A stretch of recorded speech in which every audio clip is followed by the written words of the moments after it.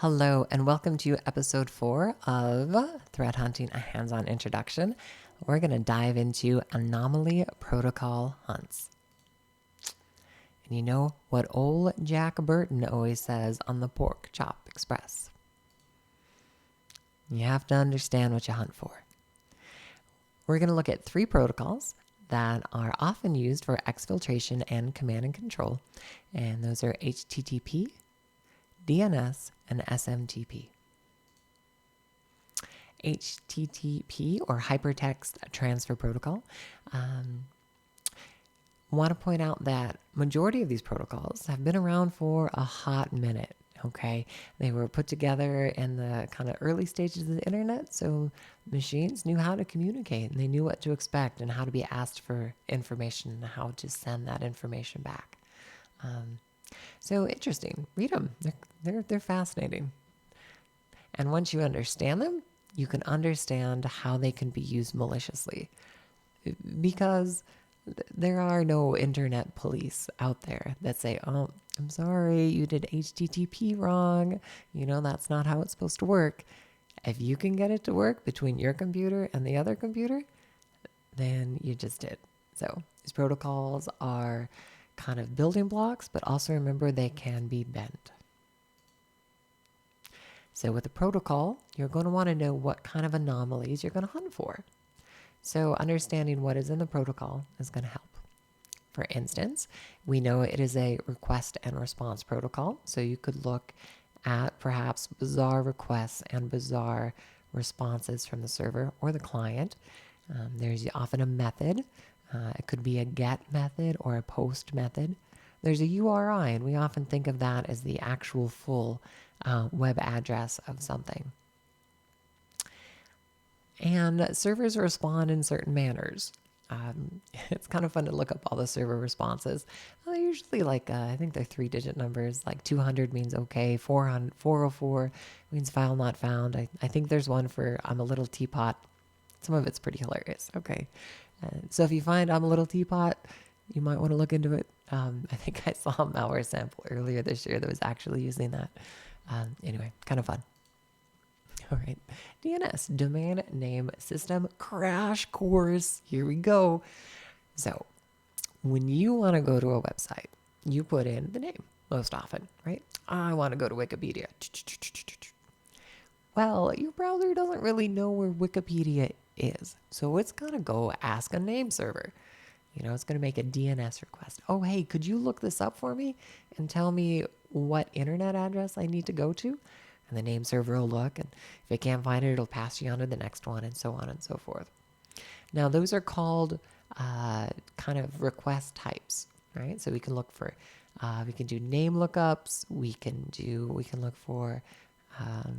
Sometimes domains have multiple names.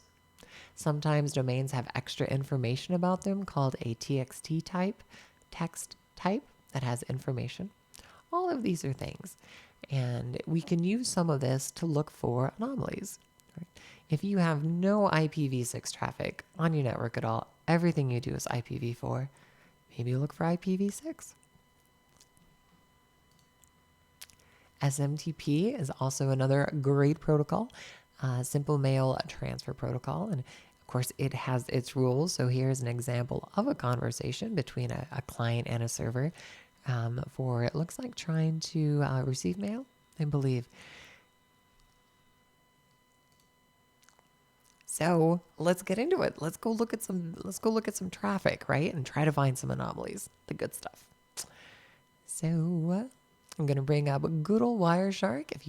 If you didn't bring that down, you might want to pause this and download it. First thing we're going to look at is boring traffic. I took 5 minutes of traffic just to look at it.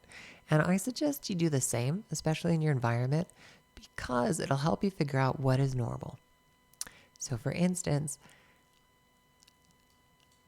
maybe these URIs look really strange to you, but they're not strange at all in my environment, okay?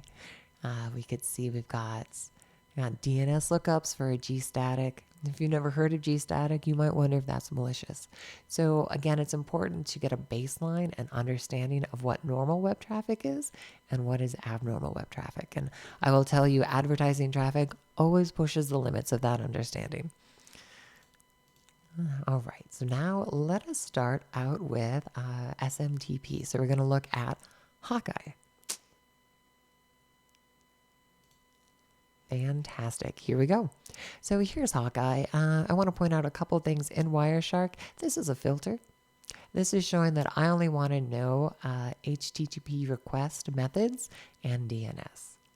So if we scroll down, we've got our GET request for HTTP.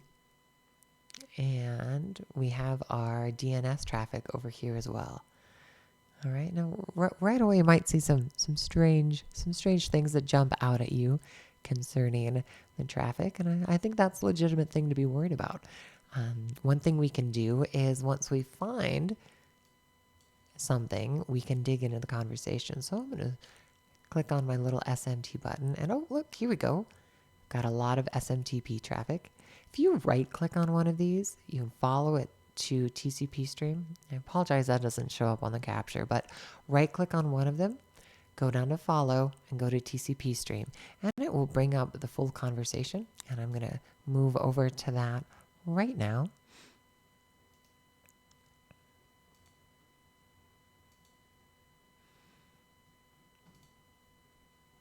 Okay, great.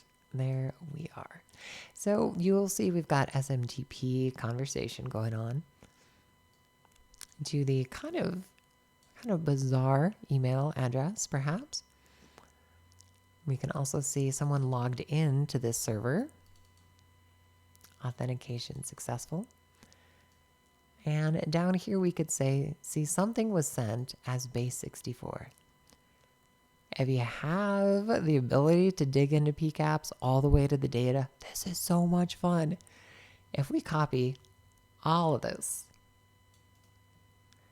copy, and we go to a base 64 decoder,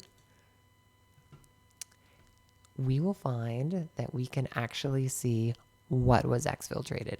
And this is the coolest thing ever, in my opinion. So, yeah, again, this is a sandbox, but you can see, look at that. And that base 64 text up here that's highlighted, SG, see, it's a little funny, is actually called Hawkeye Keylogger. There it is. No encryption. Bam, you found Hawkeye. Okay, so these kind of things you can use too if you have the visibility to find these threats straight out. And you can also see what it steals, you know. Fascinating stuff. All right, let's take a look at another one.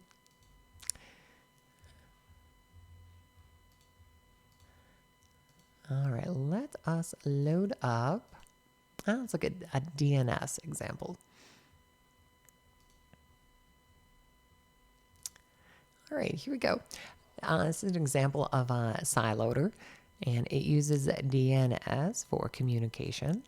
So we can look at our DNS requests right here, and you can see they look a little out of the ordinary.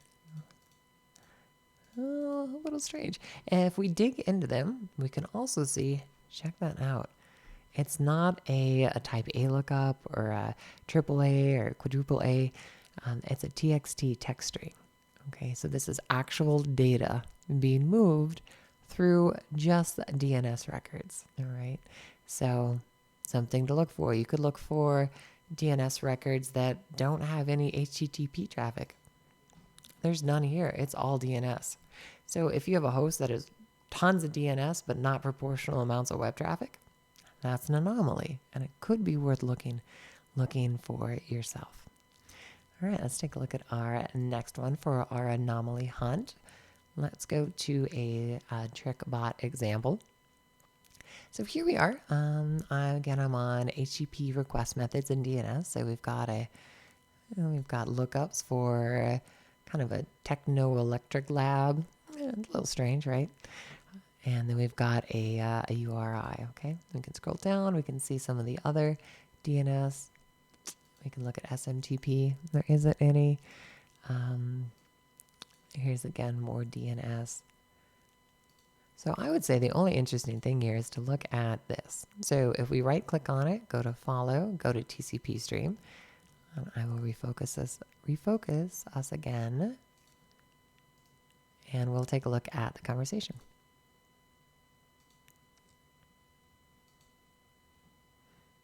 Fabulous. So one thing I want to point out is it's a GET request for a PHP file, and what comes back is a executable. I know this because of the MZ, okay, the magic number in the front. We can also see that the attachment is this really wacky exe file. That could be another anomaly, okay, looking for executables that are downloaded, but the executable name is not in the URI. Some other interesting things up here, it's just missing some common methods. There's no refer, which you often see in HTTP traffic. Okay, it's got a really strange user agent. So these are, again, anomalies that you can look for as well when you hunt for things. All right, so back to our slides. Hypothesis and hunts. So here are 3 protocols, and I'm going to ask you to finish these hypotheses, and take a minute, pause me. I'll come back in like, 5 seconds, and I'll show you what I have, and you can compare what you have as well. Gosh, 5 seconds feels so long. I think that was like 1. Okay, here we go.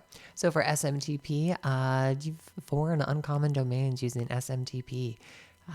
That isn't part of culture, you know. If your whole company uses Gmail or Outlook, and you've got, what was that, like Mail Francesca or something?